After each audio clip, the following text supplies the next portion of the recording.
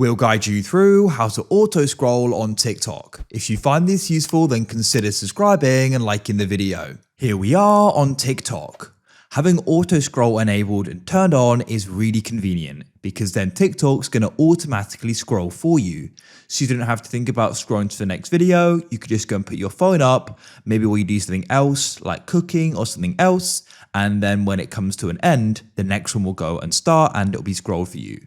So we're going to guide you through this step by step, make sure it's full guide so you don't go and miss anything. So without any further ado, let's go and get into this. So what we're going to do here is we're going to come onto the home page here. I'll press home in the bottom left. Now, what you need to do is you need to go and find some blank space on the video. Don't go and find an option.